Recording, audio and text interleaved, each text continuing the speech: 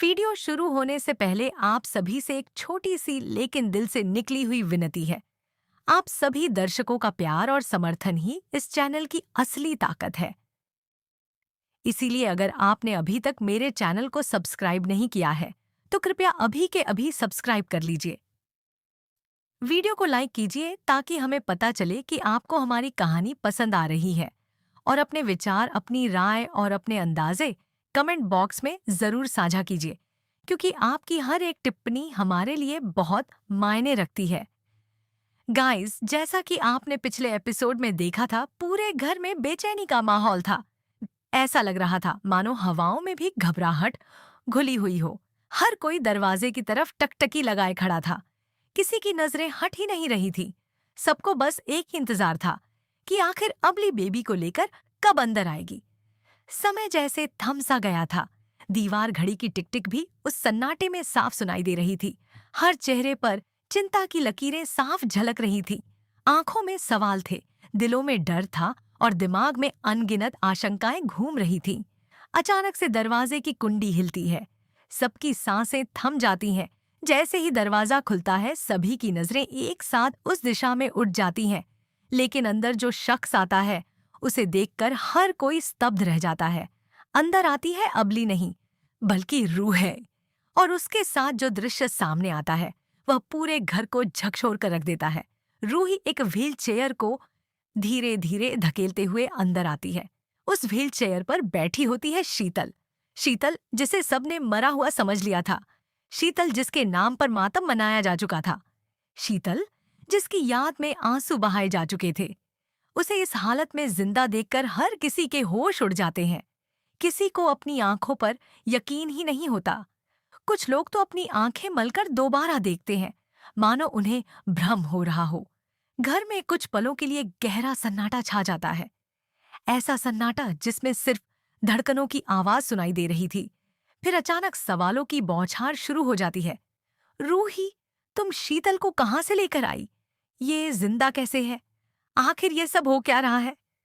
किसने किया ये सब? हर तरफ बस सवाल ही सवाल गूंज रहे थे। रूह ही कुछ बोल पाती उससे पहले शीतल अपने कांपते हुए होंठों से धीमी आवाज में कहती, मैं बताती हूँ। उसकी आवाज बेहद कमजोर थी, लेकिन उसके शब्दों में सच्चाई का भार साफ महसूस हो रहा था। सबकी नजरें अब शीतल पर टिक जाती हैं। वह गहरी सांस लेती है और अपनी दर्दनाक कहानी सुनाना शुरू करती है। शीतल बताती है कि उसे सोनी ने कैद करके रखा था। यह सुनते ही सभी चौंक जाते हैं। सोनी? वही सोनी जो इस घर की बड़ी बहू है। वही सोनी जो हमेशा मीठी बातें करती थी। वही सोनी जो खुद को इस परिवार की सबसे बड़ी हितैषी बताती थी। शीतल आगे कहती है कि उसे सोनी का एक बहुत पुराना और खतरनाक सच पता चल गया था। ऐसा सच जो अगर सबके सामने आ जाता तो कई जिंदगियां बिखर जाती। सोनी की असलियत उजागर हो जाती। उसकी चालाकियां और उसके षड्यंत्र सबके सामने आ जाते। और इसी डर से, अपने राज को छुपाने के लिए, सोनी ने शीतल को रास्ते से हटाने की योजना बनाई। शीतल बताती है कि उसे कई दिनों तक एक अंधेरे कमरे में बंद रखा गया। उसे बाहर की दुनिया से पूरी तरह काट दिया गया। उसे खाना भी बहुत कम दिया जाता था और बार बार इंजेक्शन देकर उसे कमजोर किया जाता था, ताकि वह विरोध न कर सके, भाग न सके, आवाज न उठा सके। यह सुनकर घर के लोगों के पैरों तले जमीन खिसक जाती है। किसी को समझ नहीं आता कि जिस सोनी पर उन्होंने भरोसा किया, वही इतनी बड़ी साजिश रच सकती है। शीतल आगे बताती है कि जब रूही को उसके जिंदा होने की भनक लगी और वह उसे ढूंढते ढूंढते उस जगह तक पहुंची, तब सोनी ने रूही को भी कैद कर लिया। सोनी नहीं चाहती थी कि कोई उसकी सच्चाई तक पहुंचे। उसने सोचा था कि वह दोनों को हमेशा के लिए खामोश कर देगी, लेकिन रूही ने हार नहीं मानी। उसने हिम्मत दिखाई। उसने सही समय का इंतजार किया। उसने अपनी बुद्धि और साहस का इस्तेमाल किया और एक दिन मौका देखकर खुद को आजाद कर लिया। इतना ही नहीं, उसने शीतल को भी वहां से छुड़ाया और आज वह उसे सबके सामने लेकर आई है, ताकि सच सबके सामने आ सके। इतना कहते ही रूही तुरंत पुलिस को फोन करती है। वह सख्त आवाज में कहती है, आप अभी के अभी घर आइए। शीतल मिल चुकी है और वह जिंदा है। पुलिसमैन पहले तो यकीन नहीं करता। उसे लगता है शायद कोई गलतफहमी है, लेकिन जब रूही जोर देती है, उसकी आवाज में दृढ़ता होती है, तो वह तुरंत वहां पहुंच जाता है। घर में दाखिल होते ही वह गुस्से में पूछता है, कहाँ है शीतल? तभी शीतल व्हील चेयर पर सामने लाई जाती है। उसे जिंदा देखकर पुलिसमैन भी दंग रह जाता है। वह कुछ पल के लिए शब्दहीन हो जाता है। फिर शीतल एक एक बात साफ साफ बताती है। वह कहती है कि उसके साथ जो कुछ हुआ, उसके पीछे सिर्फ और सिर्फ सोनी का हाथ है। पुलिसमैन हैरान होकर कहता है, लेकिन सोनी तो निहार की माँ है, वह ऐसा कैसे कर सकती है? तभी रूही एक और बड़ा सच सामने लाती है। वह कहती है, नहीं, वह निहार की असली माँ नहीं है, वह उसकी सौतेली माँ है। यह सुनकर पुलिसमैन को दूसरा बड़ा झटका लगता है। अब मामला और भी गंभीर हो चुका था। पारिवारिक रिश्तों के पीछे छिपी साजिश की परतें खुलने लगी थीं। वह तुरंत पूछता है, सोनी अभी कहाँ है?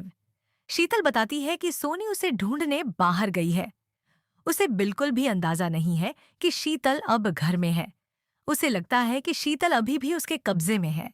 और तभी दरवाजा फिर से खुलता है। सबकी नजरें एक बार फिर उसी दिशा में उठ जाती हैं। इस बार अंदर आती है सोनी। उसके चेहरे पर पहले तो सामान्य भाव होते हैं, लेकिन जैसे ही उसकी नजर व्हीलचेयर पर बैठी शीतल पर पड़ती है, उसका चेहरा पीला पड़ जाता है। उसकी आंखों में डर साफ दिखाई देने लगता है। वह समझ जाती है कि उसका खेल अब खत्म होने वाला है। घर का माहौल एक बार फिर भारी हो जाता है। हवा में तनाव घुल जाता है। अब सवाल यह है, क्या सोनी इस बार भी कोई नई चाल चलेगी? क्या वह अपने बेटे को सच जानने देगी, या फिर वह एक और साजिश रचेगी ताकि सारी संपत्ति अपने दूसरे बेटे के नाम करवा सके? क्या निहार अपनी सौतेली माँ की सच्चाई जान पाएगा? क्या वह सच का साथ देगा या भावनाओं में बह जाएगा? क्या परिवार एक बार फिर टूटने से बच पाएगा, या फिर यह सच सबको अलग अलग दिशाओं में बिखेर देगा? गाइस, अब कहानी एक ऐसे मोड़ पर आ खड़ी हुई है जहां हर कदम बहुत मायने रखता है। एक गलत फैसला कई जिंदगियों को बदल सकता है। सच सामने आ चुका है, लेकिन क्या सच की जीत होगी, या फिर सोनी कोई और खतरनाक कदम उठाएगी? आपको क्या लगता है, आगे क्या होगा? क्या पुलिस तुरंत सोनी को गिरफ्तार करेगी, या फिर सोनी अपनी चतुराई से एक बार फिर बच निकलेगी? अपनी राय कमेंट में जरूर बताइए। वीडियो को लाइक कीजिए, अपने दोस्तों के साथ शेयर कीजिए और चैनल को सब्सक्राइब करना बिल्कुल मत भूलिए, क्योंकि आगे आने वाला एपिसोड होने वाला है और भी ज्यादा धमाकेदार, और भी ज्यादा रोमांचक और सस्पेंस से भरपूर। जुड़े रहिए हमारे साथ, क्योंकि कहानी अभी बाकी है।